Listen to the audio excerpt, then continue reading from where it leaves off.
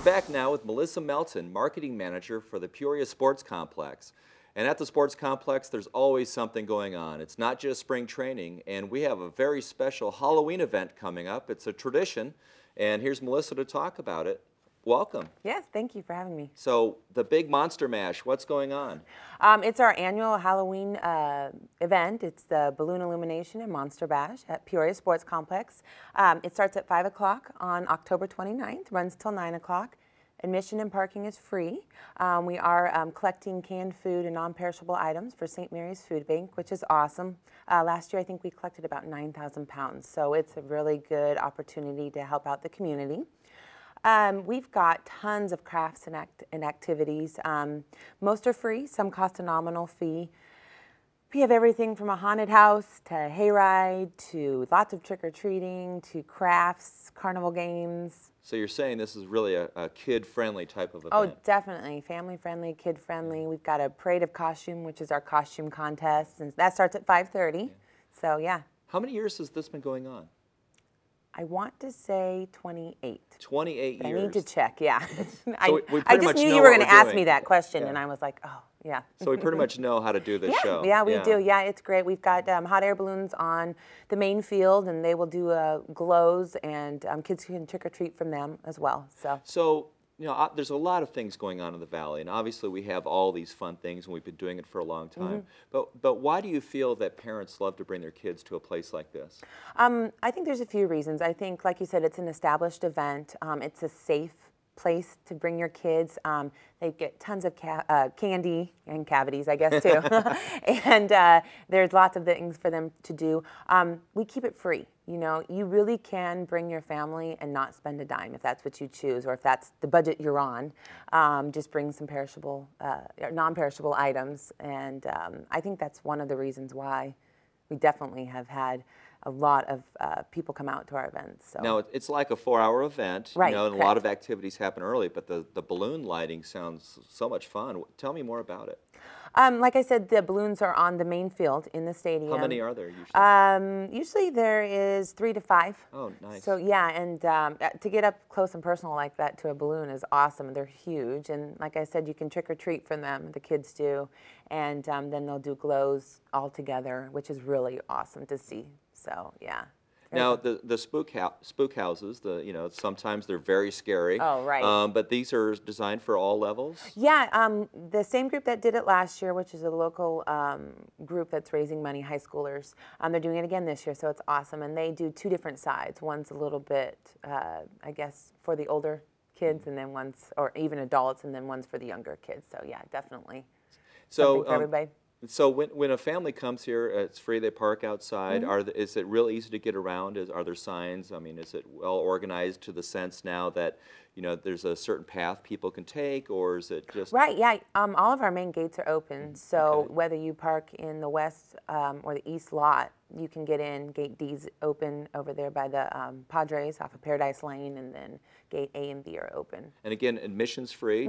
We would love to have people bring a can for those less fortunate now. Bring some food. Most definitely. Yeah, admission is free. Like I said, some of the activities are free. Some cost a nominal fee. So. Any prizes? Yeah, if you do the carnival games, there's always a prize, and there's candy everywhere. We give you candy wherever you go. All of our vendors and sponsors that set up, they all have lots of goodies. So a lot of people that come to our community events are used to that. So it's great. That sounds like a blast. Oh yeah, definitely. So give us the details again. When is it happening? It's Saturday, October 29th at Peoria Sports Complex from 5 p.m. to 9 p.m. Wonderful. It's going to be great. I'm going to be out there, but I'll be in costume, so no one will see me. So, right. Yeah. Right. Yeah. Well, definitely. Thanks, Melissa. I really appreciate you coming out. Yeah.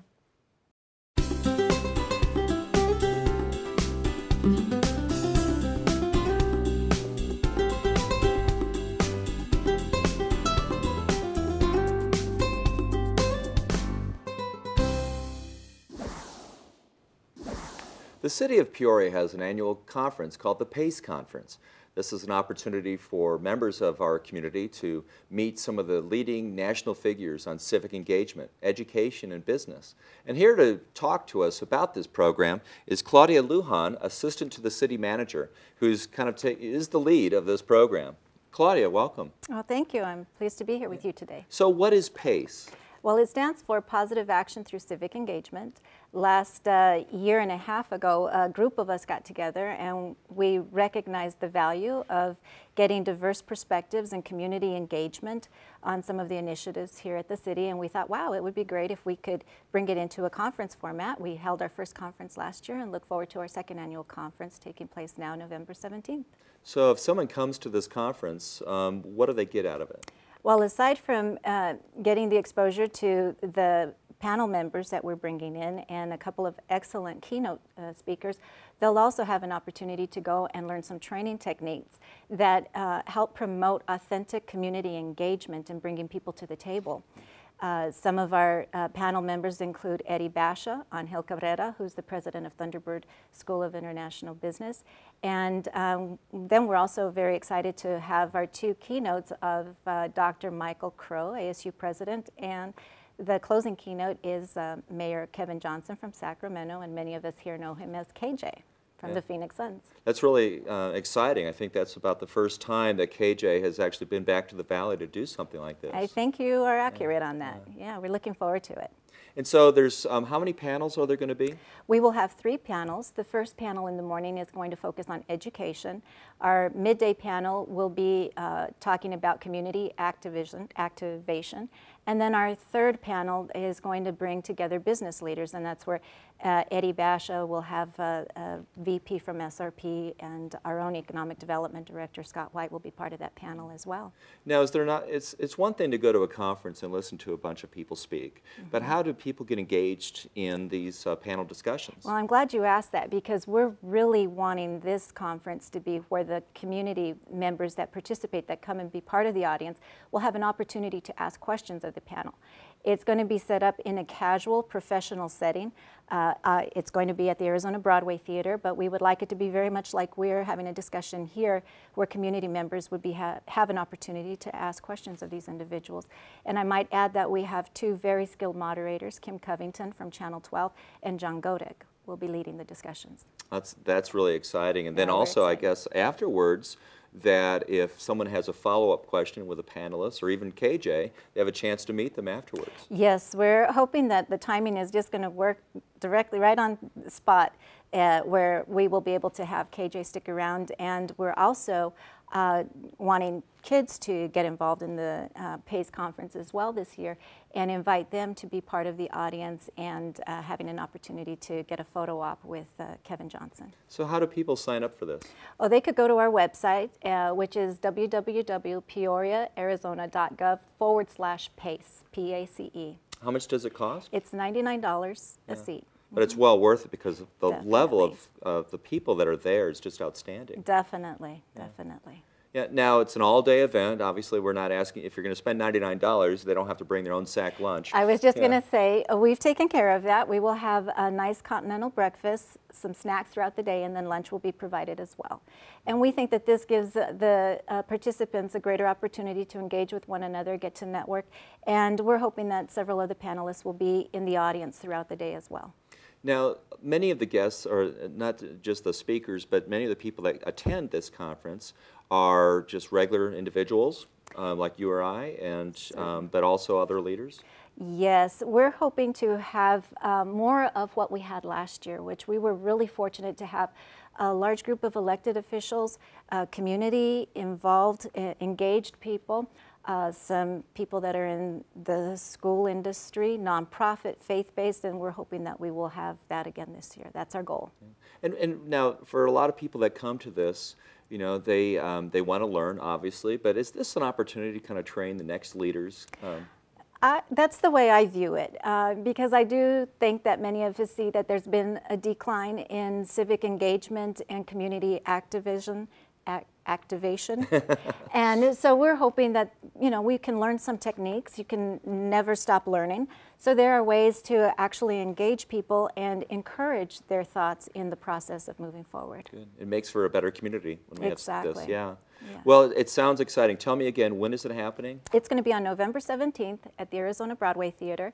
It kicks off at 8 o'clock and will go till 4:30. And for more information, go to our website. Correct, www.peoriaaz.gov/PACE. Yeah.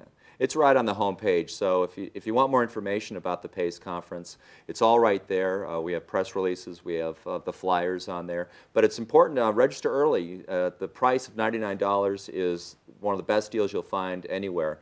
So Claudia, thank you very much. I know this is going to be just an exciting event. I can't wait to have the kickoff with Dr. Crow, but then KJ at the end. I mean, he should be the Honorable KJ, but as the mayor of Sacramento. But he's an amazing individual, and every person we have there, you just mentioned a few, but right after this, we'll do a run-through of all the presenters that are going to be there. It's going to be well worth the money, and it's important to get involved. So I hope you have a chance to make it. Thank you. I look forward to having you there as well. All right. Thanks, Claudia. Thank you.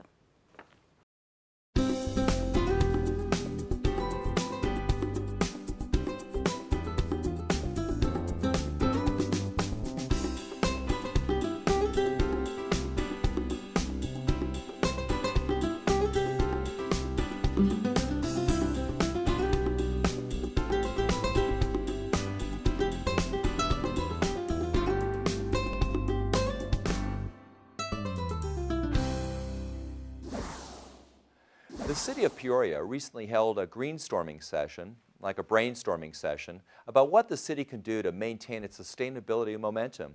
This brainstorming session allowed city department leaders to discuss common sustainability goals to ensure Peoria continues to be a good steward of our precious resources, as well as a leader among all cities in the United States for innovative, sustainable thinking.